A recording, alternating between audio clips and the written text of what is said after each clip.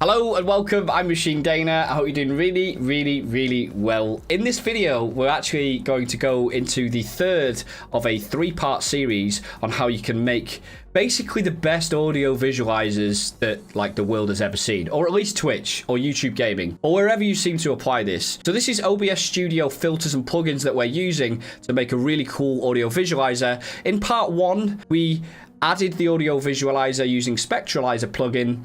I showed you exactly how to do that and configure the Spectralizer, but that on its own wasn't great. It kind of created like a fairly vanilla, bland audio visualizer. So in part two, we then made that look amazing, and I showed 4 or 5 different effects and techniques that you can use, including mirroring the sources, blurring, shading, color corrections, and a number of other different things like that, and transforms. So we're going to be adding the artwork and the title of the song in this video. If you want to learn how to add the Spectralizer in the first place and also the beautification of that, you're gonna have to click the link in the descriptions for the other 2 videos that I've already done.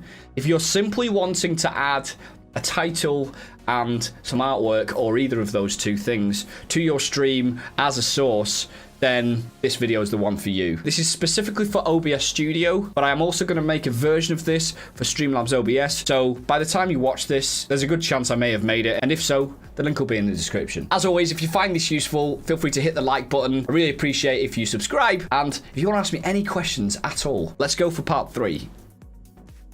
So in part 1, we added the vanilla Spectralizer and configured it. Part 2, we made it look amazing, a little bit like this.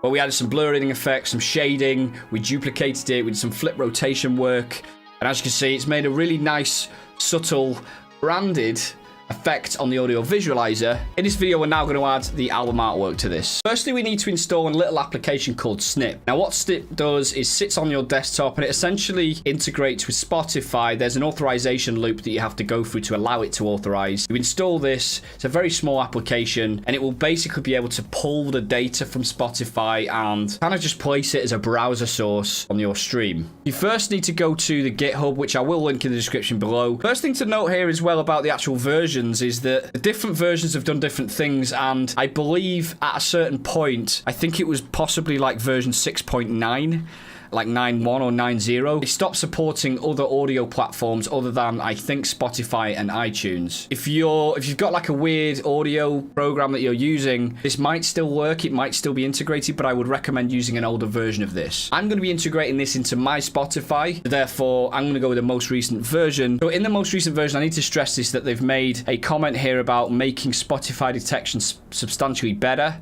So this will improve the song text quality and the album artwork accuracy and things like that. Due to Windows API limitations, you can't get the main window handle from a process minimized to the system tray. With this version, Snip will only need to see the Spotify window one time, and it will work from then on until you restart Spotify. In a nutshell, if you're having trouble seeing this work on your stream once you've installed it and it's not updating the text file that you'll be reading from, just make sure that you open Snip again by searching for it, and make sure that Spotify is open when you search for Snip. Okay, so once you've installed this, you may have to restart that aspect of it, but basically Snip needs to be open in your desktop in the bottom corner here. So now when I play a song on Spotify, it will detect what the song is and the title and the artist. To install it, you simply click into it, download the zip file, and go through the normal installation process. This will save to your downloads area. You can unpack this file by dragging and dropping it into the downloads folder from the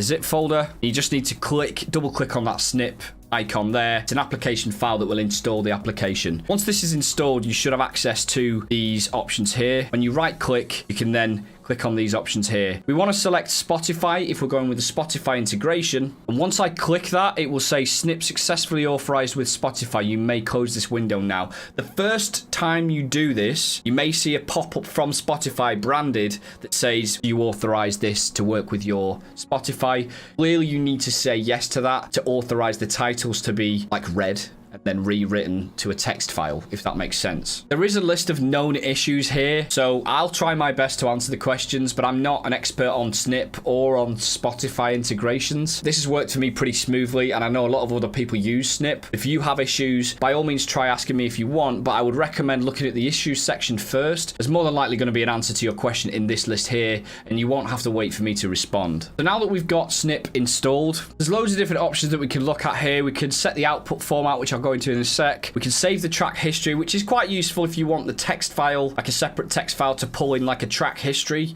if you want people to be able to look at previous songs played and things like that. We can also set the Spotify album artwork and keep that as a small, medium or large file. For now, we're just going to locate the text file that we're then going to read from to add this. And bear in mind, at the moment, we're just adding the title of the track to the audio visualizer. So to locate this, you may already know where the files are located from the installation process that you've just done, but I would recommend typing snip in here. Just bear in mind there is a snipping tool which I actually used in one of the earlier videos in the three video series here. The snipping tool is something very different. That's what you use to create like a screenshot essentially. But we can find snip.exe, right click this and open the file location. That's the quick way to find it. I now know that this is where Snip is located. Just make sure you remember where you've placed it or do a search for it, okay? So what's happened here now is we now have a Snip artwork file, which has got a default name. We have a Snip text file, which has also got a default name. The names of those files will not change, and that's quite important because later on we're going to be telling OBS Studio to look for that specific file name and pull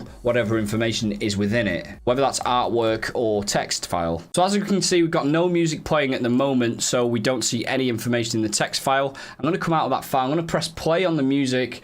I'm going to now click on this, and it's brought in 88mph disco.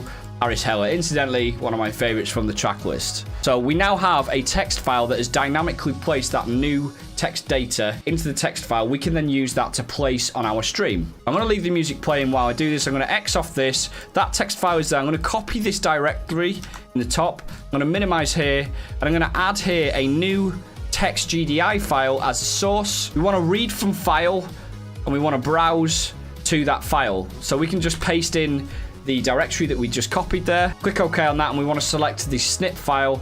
Press OK on that. Text now appears. So it's pasted in the text there, and that text will dynamically change. For instance, if I just skip the track, it updates that. Okay, so that looks kind of cool, but we can update this and increase the fonts, change the fonts, make it look a lot more beautiful. That's kind of cool. For instance, we can select a color. We might want to select like a pink color, whatever. May want it to be like whatever, 75% opaque. We can add some gradient fonts to it, and I'm going to change the font, of course. Should we go with Arcade? Arcade Classic's cool, but it does sometimes have problems with, like, that looks kind of cool, Arcade Classic. But you just know it's going to have problems with some characters. We'll leave it there. We'll see what happens. It might be okay. But I'm actually not happy with the contrast that that gives against the audio visualizer itself. So what I'm just going to do here, change the color a little bit. The more kind of neon-y blue. Yeah, that seems to give a little bit more contrast. Click OK on that. We can add gradients and things like that to it. Now what I'm now going to do is right click and transform and rotate this 90 degrees. And that then just can be placed onto the audio visualizer, and that'll update as and when the song updates. We can see when we pause the music, it will disappear because it's a dynamic file and it's reading from Spotify that nothing is playing. So as soon as we press play again, that will now appear. Final thing I'm just going to do is right click this on the text, and I'm going to add a filter. I'm going to add a scroll filter. And this will just allow me to make this move through at a certain speed. We can have it really fast or backwards or whatever. I actually quite like it going this way. It's a little bit different. I'm going to have it at that speed. You can also do the verticals and then you create that kind of effect, but I'm not personally a fan of that. We want it to loop. Let's click close on that. I'm going to just snip this and trim it a little bit by holding Alt and bringing this in a little bit. So it just means that that length and depth of it is cropped it out and it's not going the full length. It just looks a little bit cooler in my opinion. Now all that's left to do is get the album artwork as well from this, or the song artwork. Before we do that, I just want to quickly mention about the right-clicking the output format. By default, I think there's like some like commas and some like dashes, and it's quite squished together and stuff like that. So in the output format, you'll see there's like a separator here, which is a dash and stuff like that. So you can choose the output format here by just making changes. So if I wanted, I could add like some free text here or whatever. But what I've done here is I actually removed the dash that was there, which put a dash between them. We could, if we wanted, remove the commas either side of the song title. I'm not going to do that because I think it's quite cool. But yeah, the final thing we now need to do is to add the album artwork. So within the Snip settings in the bottom right hand corner, you can simply right click and keep Spotify album artwork. You can set the size that you want to keep as well. Now all we have to do is click the plus icon here, go to an image, okay on that. And we're browsing to the same folder, but this time we're selecting the Snip artwork. And I'll do an illustration of this, but if we click on Snip on the artwork. So here we've got a kind of visual representation of it. Click OK on that. It comes on as quite small. I don't know why it's as small as that. You can resize it. Let's say we put it in the corner here or something. We could add some like now playing text over the top of this, which is just like static text. By clicking on the plus icon here for a new source, text GDI, and we could simply call this now playing. Click OK on that, and the text would be now playing. We'll do the same process as we did for the other text. I'm not really bothered by that, to be honest, so I'm going to remove the now playing from it, but it's just giving you some ideas of the things that you can do. So just to illustrate what that looks like, we now have the artwork on there, we have the text on there, we've got the audio visualizer, and there's a lot more stuff we can do this. We could resize it, we could group it all together.